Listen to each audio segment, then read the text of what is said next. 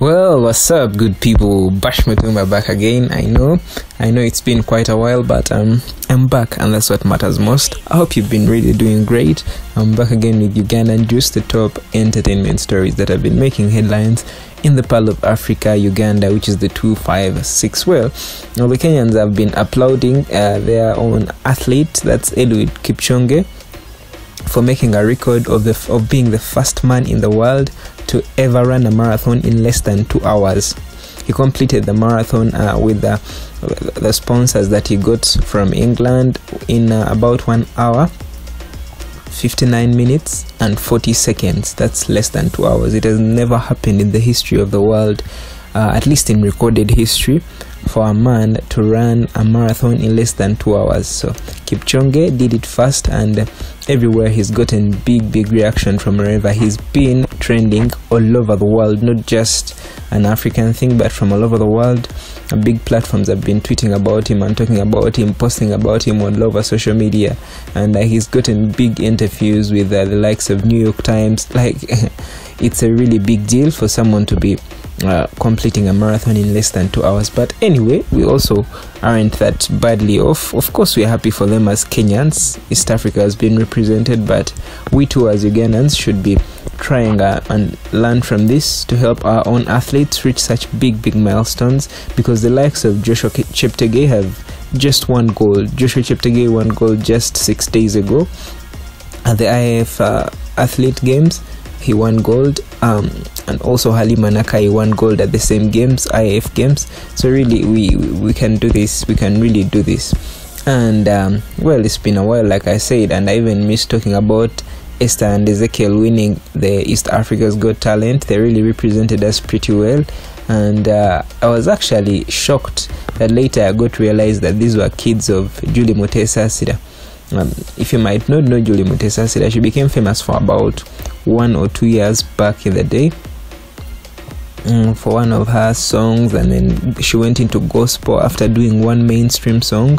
But she's a musician and she's recognizable in Uganda. Well, these are her kids, according to reports that were moving around. And well, they won this competition and many people congratulated them. Of course, many of us were happy for them. The likes of us who are following this entire thing, the East Africa's Got Talent competition. And of course, there was some negative energy here and there, as you would expect from Ugandans, as usual. And this was from Timothy Kalyejira, a celebrated journalist in Uganda. He's one of the top guys that you might talk about in this media thing. If I told you to talk about the top journalists that have ever come to this country or that have ever been born in this country, of course, in our own era, in this era that we are living in, because from about early 2000 at KFM, he was there, one of those top guys analyzing political issues and writing columns, in the Daily Monitor and all that. Well, he's very celebrated in that regard. But his comment about the win of Esther and Ezekiel wasn't received well, because he tweeted something like to the effect of, we as Africans, or that entire competition not being original because someone is singing songs that are not their own songs, that they're singing some other person's songs and they're winning competitions. You get that's what he said. And Sheila Nduhuchire wasn't happy about this at all. And she said, well, team, never call yourself the best photographer in Uganda, because, well, he's a photojournalist. He's a journalist, so he does photography as well. Never call yourself the best photojournalist in Uganda, because, well, you have never manufactured your own camera. That was Sheila Nduhuchire's response. And it actually makes sense, because really, winning talent expos and all that is not about singing your songs. Like, that's a worldwide problem. And I don't want to call it a problem, even though sometimes it shows that people that are really talented don't get to win these competitions. But really, that's a worldwide, what would I say, a benchmark. Maybe that would be the best way to describe it. It's a worldwide thing. Like, in such talent shows, people rarely sing their own songs. People sing classics. Yes, and they always win with these classics. So why should it be a problem when one of ours has won, and then you'll come out and say they are not good enough to win because they didn't sing their own songs. Really, that was so low and shallow from Timothy Kalyegira. I respect him so much, and I really look up to him for the things he has done for the media industry, but really, that was really uncalled for. And well, another story that has really made headlines was Bobi Wine's escape from the police on Independence Day. Well, I don't know whether Bobi Wine even expected to perform at a show on that Independence Day, but really he was never going to perform at this show, because it's obvious ever since he got against the government, it was expected that he would never be able to perform at any show that he has organized. Remember, even shows that were organized by other promoters were not possibly done by him. He would never perform at such shows because of the government. Well, you can't go against the government somehow and expect to enjoy your life freely as you used to when it comes to such things. So well, his Busabala show was sabotaged by police according to safety reasons. That's what police says. The show was sabotaged according to them because of safety reasons, and his entire home was besieged by police in what he likes to call house arrest, but police likes to call sometimes preventive arrest. Sometimes they come up with a word, but well, that's it. His house was surrounded by police. His house in Magere, it was surrounded by police, and he wasn't allowed to leave. But somehow, with a lot of slickness, he escaped from them. And he sat on a border, and in the middle of town there's a video that circulated. He was trying to run away from the police, and he ran onto the border and disappeared. Well, people expected him to go to his beach and do the show, but of course the show wasn't there because it had already been hindered from happening by the police itself. So he just went back home and did a press conference about the entire situation. Yeah, that was Bobi Wine for you. But on Independence Day, imagine, that's the irony of all this. Like, we are no longer, most people say Bobi Wine is not independent enough, because why would you be stopped from holding a show at your own beach on Independence Day? But well, that's politics for you. It's just, that's how it is. And that very day, actually, Independence Day, is when Rema went and did a Kuchala event and introduced not Kwanjula, because those are two different events in Buganda, two different events that are done in Buganda. Introducing your man to your family for the first time, it's called Kuchala, and that's what she did with the new boyfriend, or now fiance, who is called Dr. Hamza. Yeah, Dr. Hamza Sebunya. Yeah, Rema introduced him. And well, the thing that has actually made most news about this is not the fact that Sebunya visited Rema's parents or Rema's house. It's not the biggest thing that has made the news, but the biggest issue that has really made news is the fact that Sheikh Muzata really went all out at Kenzo. He really downgraded Kenzo. He really talked ill of him. It was really bad at that place when he was invited. When he stood, for you that might not know, Sheikh Muzata is like one of the most famous political, not political but religious leaders in Uganda. He's not the Mufti, but he has more fame than the Mufti of the country. Why? Because he's always commenting about various things: political issues, culture issues, musical issues, entertainment issues. He's always commenting on them, and usually in a very, very lackadaisical manner. He never comments in a good way. He is always negative. Yeah, and this time around at Rema's Kuchala, when he was invited to speak, Sheikh Muzata just went really all out. He went ballistic against Kenzo. He said, this guy, he's useless. My daughter Rema kulika bulav niga busemio kozo. Remember in Rema's song with B2C Soldiers, he says, one time I love nigga busemio kozo, like, because of you I survived these love niggas that are pretenders. Yeah, I survived them because of your love. That's in her song with B2C Soldiers. Now Sheikh Muzata on that very day told Rema, really, you've survived those love niggas, the semio kozos. They cannot marry you, they are fake. And remember, Kenzo was being pinned by people for all this time and blamed for this breakup because apparently, according to them, Kenzo has never married Rema. That's according to them, that Kenzo how can you be with a woman for all that long without you marrying them? What are you thinking of? You have a child who is almost 6 years old. So Sheikh Muzata did that, but that wouldn't be fine. That wouldn't be bad, him saying that Rema has survived love niggas who are always pretending and acting childish. What the problem was actually the next statement that he made, where he said, you boys always say, oh, your wife has to be like your mother, hey, you want a perfect wife and stuff like that. But well, if you want your wife to be like your mother, then go and marry your mother. That's what he said. Well, it might not sound so nasty in English, but it's really nasty in Uganda when you tell someone gendo wase nyoko, like go and marry your mother. It sounds really nasty. It's like you're even sending them to go and have sexual relations with their parents.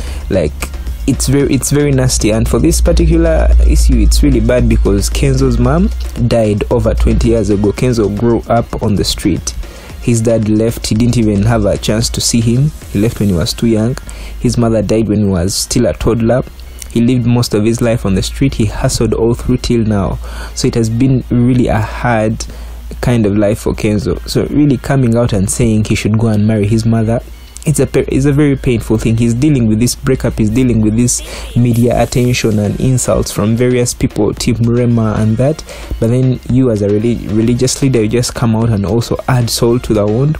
And I'm really impressed by how Kenzo handled this entire thing, because after this he got that real video of Sheikh Muzata saying such things about him. And what hurts most actually is that Rema found all this funny. Rema was laughing at this when Muzata said such things. Like, someone can't say such things about your baby daddy and then you just laugh it off, and your child is actually there also listening, because Kenzo's child, that's Amal, was at that very place. Yes, she was taken onto the forefront like some sort of flower girl or whatever. And that's the most hurting thing that Kenzo so did, said about it. And when he posted this video of Sheikh Muzata insulting him, Kenzo said, really, I have received your message, Sheikh Muzata, but what has hurt me most is that you disdained me, you degraded me in the presence of my own child. You get? And I'm really impressed at how Kenzo handled this whole thing, because if it were another person, any other musician, let's say some tired musician like Bebe Cool or Bebe Cool or maybe Aganaga Khalifa or whoever, or APAS, they would have really abused this man. But Kenzo was still respectful even after the man saying such nasty things about him. He told him, really, it's really bad, but I know we will be judged by the Almighty on the last day of this earth. And he just left it at that. But then after that, the Sheikh again, Sheikh Muzata, went ahead to say Kenzo is like gay. That's the word. He went ahead to doubt his sexuality, that he's not straight, that he's gay, perhaps because of the earrings that he has and all that. Well, it was a very, very bad thing. Like, it was a hard thing to say about someone in the end. And after all that, Kenzo has decided that he will never perform in Uganda again. He will never have a show in Uganda ever again till he dies or till he quits music, unless the Sheikh comes out and apologizes. And it's at this very point that I'm really doubting how this will end, truly, because first off, Sheikh Muzata is not the kind of person who easily apologizes. He once even attacked the Prime Minister of Buganda Kingdom. Like, imagine that. He attacked him badly. He once attacked the Mufti of Uganda, that's Sheikh Ramadan Mubaje, calling him all sorts of things. You're a thief, you have a nasty beard, you put crappy things in your beard, you're a thug. That's Mubaje. He also attacked the Katikiro of Buganda, that you, the kingdom, you're a thug and stuff like that.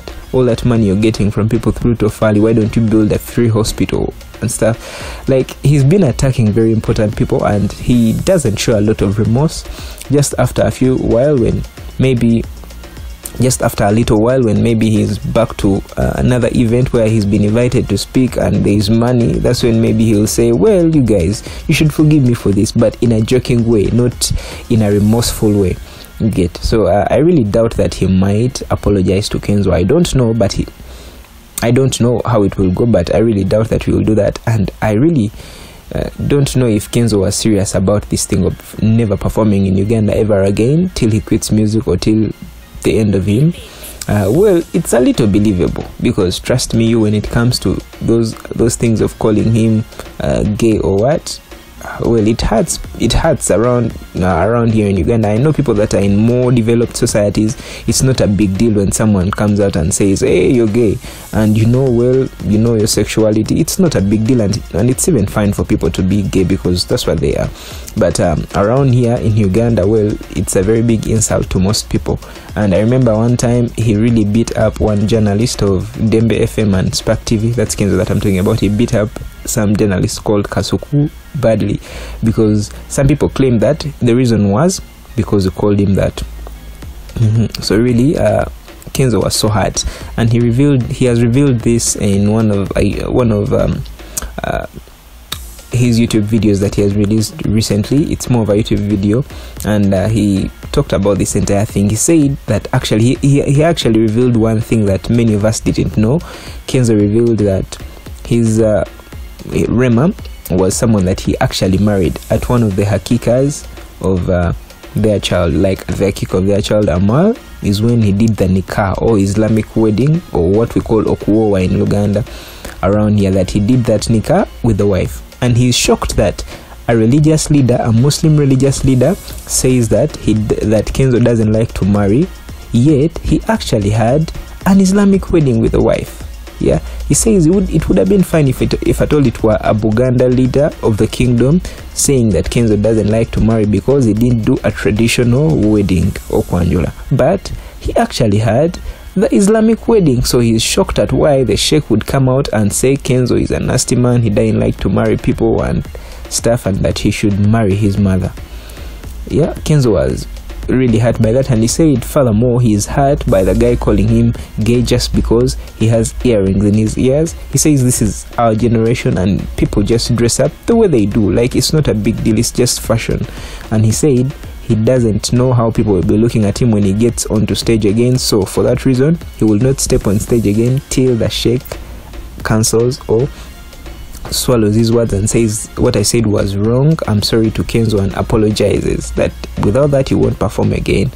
Wow, that would be a really, really big blow to us, people that love Kenzo. I know many people who don't like him say it's not a big deal, he doesn't know what he's doing. I know, and most of the people that are saying that are not Kenzo fans, trust me, because true, those are many as well, those people that don't like him, and he knows it, because even in that same video he said, I know I've been doing many things, and since I came from the street, since I didn't go to school, since I'm one of the few Ugandan artists that didn't go far with education, I know people don't take me serious. Since I came out as someone that wasn't speaking the best of English like most other musicians do, people didn't believe in anything I did. They didn't believe that I'm talented. They thought I was just lucky with all that I did. And I'm really shocked that actually it's true. Most people think Kenzo is just lucky with whatever he has done. They don't believe that he has done this genuinely. Yes, because he's won a BET, he's filled stadiums outside Uganda, in West Africa, he's performed at big shows, he's the biggest artist on YouTube in Uganda. Like, all that is clear. But most people still don't believe it. They say, wow, he's just lucky. Wow, he's just lucky. Why? So he says that his entire life he's been faced with such disdain from people and contempt, but he has always tried to deal with it. But he says he's very hurt by these remarks that this sheikh has said, and he has decided to quit Uganda.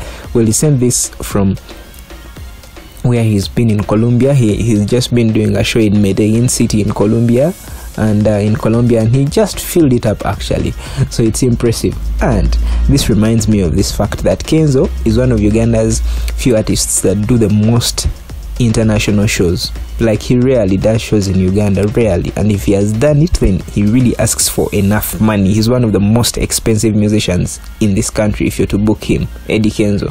Yes, yeah, not even these other trending artists get paid more than Kenzo. So people that diss him, they just don't know what it's about, and it's really a bad thing. I don't know, I really think he has overreacted by saying he will not perform in Uganda again because of this sheikh, because this guy just talks nonsense always. That Sheikh Muzata, I know we have to respect such people, religious leaders, but most of the times the things he says, they just utter nonsense, like it's not reasonable stuff. So I don't really expect Kenzo. I wouldn't have expected him to decide to never perform in Uganda just because of what Sheikh Mozata said. But anyway, it's understandable. His pain is very understandable. He's going through a very hard time. His child has been taken away from him. Of course, by law, that's legal. But then again, his child was being put at the forefront of a wedding with a new man. It's painful.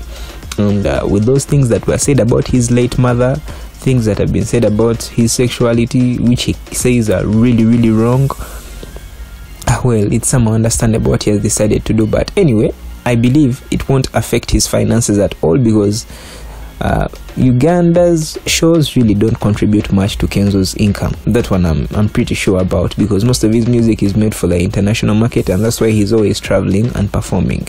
And according to many people that know them, they claim that one of the reasons why Eddie Kenzo and Rema split is because of the fact that he was traveling a lot. He was always on the plane. He was never around. Like, he was always on the plane, and he would come back like briefly, and then he's always out playing football when he's in Uganda and stuff of the sort. So it's understandable. And well, one interesting thing I've come across lately is one of the videos by a Facebook influencer called Peng Peng, and this guy is saying that the doctor hasn't bought any of that stuff that most people are claiming he bought, because most people are claiming Dr. Sebunya bought a new house for Rema, a mansion, plus a Mercedes G6 wagon. He says all those are lies. That the guy is broke. Apparently, according to Peng Peng, he says that it's actually Rema who is bankrolling all these things, all these events. That it's Rema who paid for that Kuchala event, and that she sold 2 of her cars such that she could buy another. But I'm saying these are just rumors by a Facebook influencer, Peng Peng. Yeah, I don't know how true they are, but anyway, it's just a hurting situation that Kenzo is going through, and I really think he needs counseling. I know most people say in Uganda there is no depression, Africans don't get depressed, but really, then there wouldn't have been suicide in Africa. So really, depression is real, and I really reach out to people that know Kenzo to just help him, get him to a therapist. Yeah, it would really help him so much. Well, I guess that's all from me today. Till then, my name is Bash Mutumba. Hit me up on Instagram at Bash Mutumba for anything, and you can just comment and let me know about anything down there. Let's chat. See you then. Sayonara.